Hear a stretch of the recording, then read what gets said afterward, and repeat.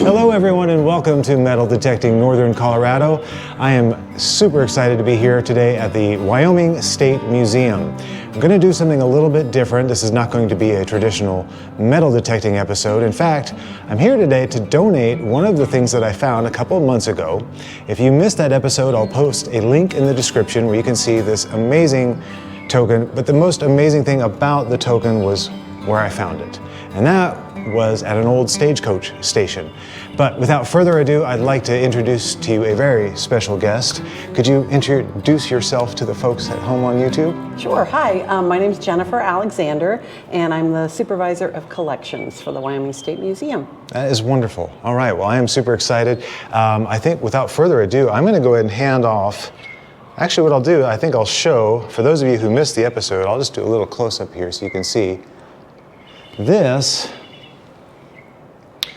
token was basically an advertisement for the Peter Schuttler Wagon Company. And we're going to talk about that a little bit later. But where I found it, again, is just incredible. I was out metal detecting at this old stagecoach station, and I was just stunned to see something like this.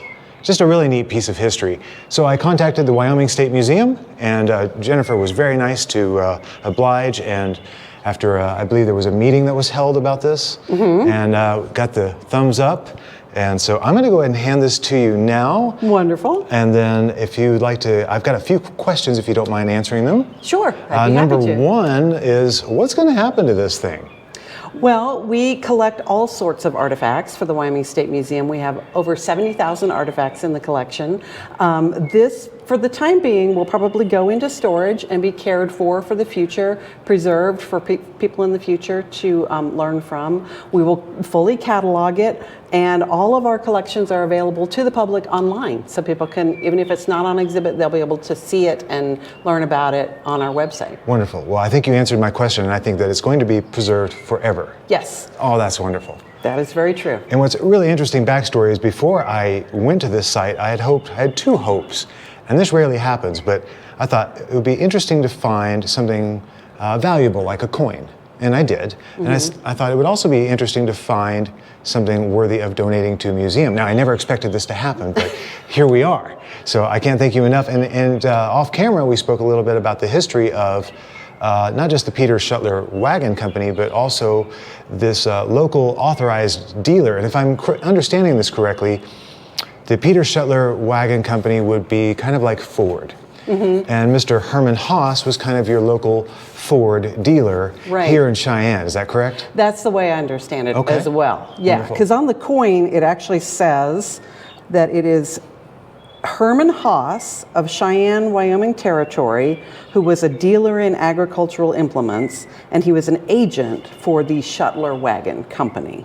So fair enough. And I guess if I had to guess, I would say maybe he or someone else came down to Colorado, came down to these stagecoach stations, and maybe passed them out and said, hey, if you need a new wagon, you know, come on up to Cheyenne and I'll make you a deal. Does that sound about right? That's my understanding, or repairs or parts or all of those kinds of things. I think he dealt in. Okay, wonderful. Well, I think that's about it. Now, you said you did some research. Is there anything else that you want to add that might be interesting to folks watching? I actually found some really interesting stuff about this Hermann Haas. Oh, wonderful.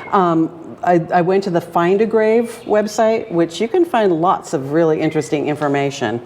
And so I found that he was born in 1840 in Germany, and his family came to the United States in 1849, so when he was still a little kid. And when he was 21 years old, he joined the 1st Ohio Infantry and fought in the Battle of Bull Run of the Civil War. It was the first major battle of the Civil War. After that, he joined the 11th Ohio Cavalry under the command of William Collins, for whom Fort Collins, Colorado, is named. So he moved west and actually was stationed at Fort Laramie, Wyoming, just north of Cheyenne, where he learned to be a farrier. Okay. And then he had another interesting brush with history. He was the sergeant of the guard the night that Portuguese Phillips made his famous ride from Fort Phil Kearny to Fort Laramie, alerting the troops of the Crazy Horse attack after the Fetterman Massacre, which is kind of a significant event in Wyoming history. So not only was Hermann Haas in the Battle of Bull Run, he was also at Fort Laramie the night of this famous ride to Fort Laramie after the Fetterman Massacre. So 2 brushes with history. And it said in this thing that he rallied the troops of the fort while they were waiting for help. So wow. That was kind of crazy. Wow, I was not expecting any of this. Yeah, and then so he served out his time in the military. He was discharged, went back to New York to pick up the woman who would be his wife. Her name was Wilhelmine Schilling. They moved to Cheyenne at that point.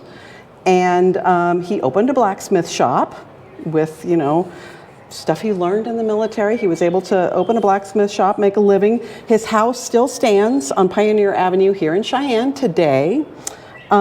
He then became a member of the first territorial legislature in Wyoming, which was the session where they gave women the right to vote before anyone else in the country. So he had all these brushes with history. And he is listed as one of the pioneers of Cheyenne, Wyoming. And Hermann Haas died April 1st, 1898 at the age of 57 and is buried in Cheyenne. So he was quite an amazing guy. It sounds like it. Yeah. That is just a very, very busy life for such a, 57's a pretty short run for having done so many things. Definitely. And you said his home is here in Cheyenne on Pioneer Avenue? On Pioneer Avenue, and he's buried in the cemetery. Yeah. Well, maybe we can take a little drive by and show everyone what his house looks like. Yeah. Yeah. Wonderful. I also found information about Peter Shuttler. Okay, please. He was also a very interesting guy, the guy that owned the company that, produced these tokens. Right. So there were 2 Peter Shuttlers, senior and junior. The first one was also born in Germany in 1812. Okay. He emigrated from Germany to the United States in 1834 when he was 22 years old, and he established a wagon shop in Ohio.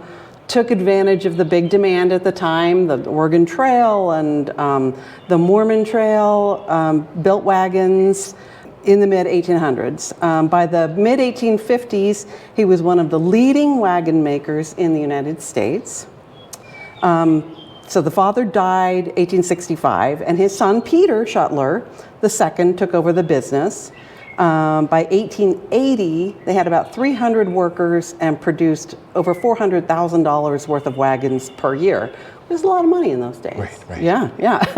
So Peter II then married another Wilhelmina Anheuser. You might recognize that name.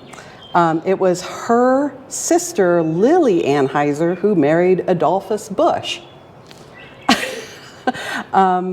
And their descendants became the owners of Anheuser-Busch, which is also connected to Fort Collins with the Budweiser brewery. So, tangentially related, but very interesting.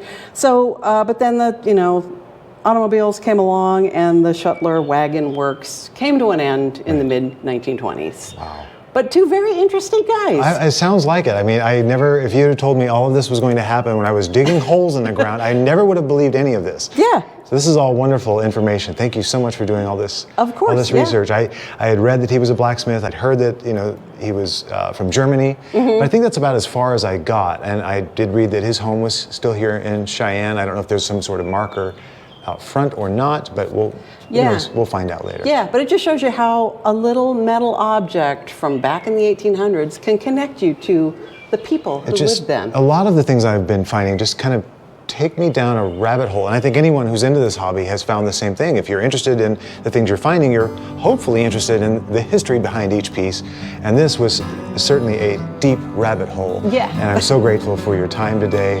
Now, if folks at home want to learn more about the Wyoming State Museum, where would they go? You can visit our website. That's okay, I'll throw it up on the screen.